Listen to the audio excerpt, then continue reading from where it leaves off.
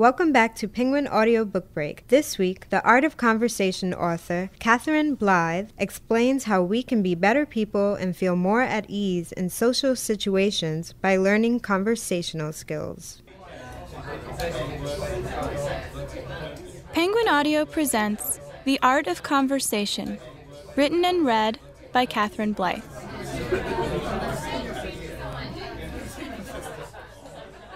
We need to talk. When did this become a threat rather than a statement of fact? Is it a fact? Some call this the communication age, but walk into an internet cafe and you might think speech obsolete. On a bus, you might have no choice but to hear conversation in Babel-like halves, but would you strike one up with a stranger? Go on, I dare you. Our ever-growing means of keeping in touch may have unleashed creativity, passion and fun, yet isn't it telling that these riches leave so many of us feeling less lucky than time poor, as if life were hurtling by in a fuzzy stream of images glimpsed from an accelerating car? Fewer of us complain that conversation, for so long the core of human interaction, is being pushed to the sidelines. But we should. We're losing out on one of life's greatest, certainly most useful pleasures, one that has the power to slow and enrich the passage of time, rooting us in a shared moment as no other pastime can, potentially. But though people stride the streets, bellowing unself-consciously into their phones like deranged town criers, how often do we give each other our full attention? Laptops, Blackberries, and 3 billion mobile phones have perforated the division between public and private, and social nuances are being neglected. We don't shoot the breeze with the man selling us coffee. We're too busy fiddling with our iPod. I've seen wedding guests text messaging during the vows. Perhaps your meals are a respectful communion with a TV set. Perhaps you like that just fine. Still, in the frame of human evolution, you're a weirdo. Companionship, from the Latin for sharing bread, has ever been the bread of existence. Casanova visiting Louis XV's palace could hardly contain his laughter at the spectacle of the French queen dining alone while a dozen courtiers stood watch, in a silence ruptured only by this sober exchange when she hailed a Monsieur de Lervendal. "Madame?" "I believe that chicken fricassee is the best of all stews." "I'm of the same opinion, madame." But nowadays, solitary dining and living no longer appear so unnatural. If modern life is a conspiracy against conversation, we are complicit. Psychologists fear families are talking to each other less than ever, and growing numbers of us seem so scared of saying the wrong thing that we say nothing. Well, have you never sat at a dinner, watched a glittering frost of smiles seal the silence, and wondered how innocent cutlery can sound so very like the theme from Psycho? We think we're shy. We don't realise how arrogant, selfish and idle we seem. I feel for the man whom Samuel Johnson's friend, Mrs. Thrale, mocked for complaining, "I'm invited to conversations. I go to conversations, but, alas, I have no conversation." In his day, conversation was a status symbol. Thankfully, we needn't take it so seriously. But we seem to have dropped the idea that conversation is worth striving to be good at, as if we're either born great conversationalists or not.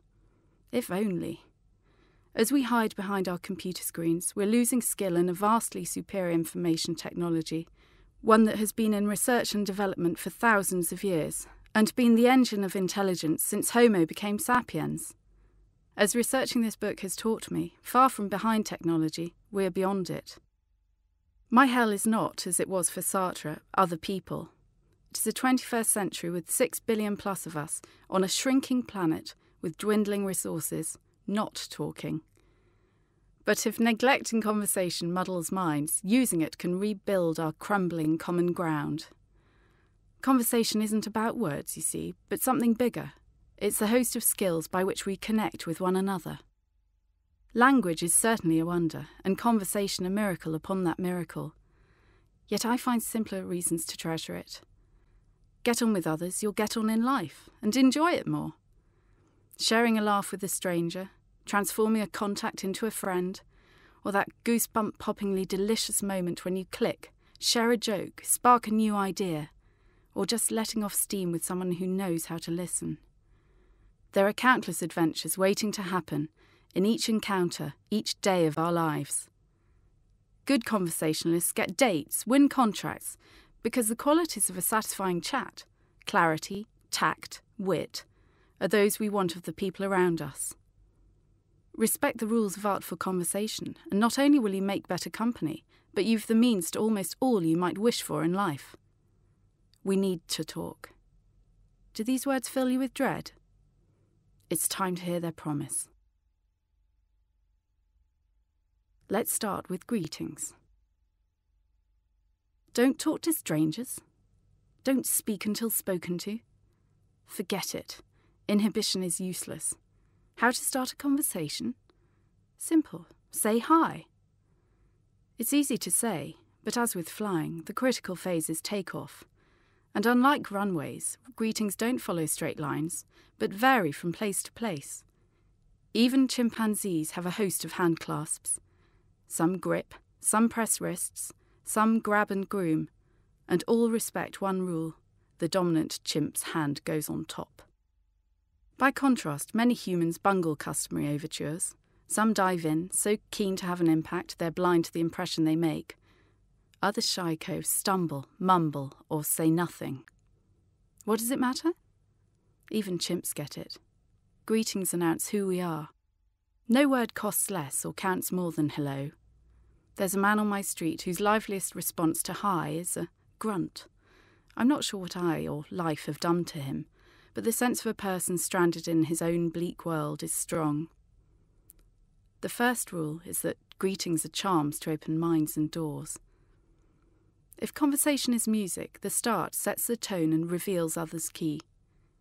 Not only does a casual hi or formal how do you do reveal where you're coming from, but, like a diplomatic gift, its exchange betokens the pact that your attention is, for now, each other's. Getting greetings wrong signals you're uninterested or not on the other person's wavelength.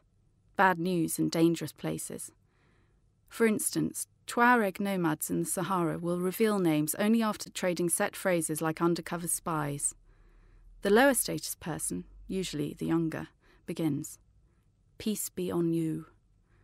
The elder replies, "What do you look like?" Younger answers, "Only peace." "What has gone wrong?" demands the elder. "Nothing, only peace." But the elder isn't having any of it. "Where are you going?" Such ritual suspicion dramatises that manners aren't universal, but sprout up to serve regional circumstance. Refined over millennia, greetings are tokens to broker relationships and play out assumptions embedded in our cultural DNA. So, among Western Apaches, introducing yourself is considered presumptuous, a legacy of justified suspicion against strangers bearing gifts. Whereas in most urban societies, not to introduce yourself, even if out of shyness, is rude, like asking, "Don't you know who I am?" To which the reply must be, "No, thank goodness." So, if others bow, go ahead. Respecting local customs is the first sign you can give someone that he should respect you. Of course, most of us pay greetings scant attention precisely because they're conventional. But given the whirligig nature of globalised life, attending to finer details is arguably more important than ever. Thanks to globalisation, a vast array of options beckons, from high fives to continental high society's hovering hand kuss. No lips on Her Serenity's glove.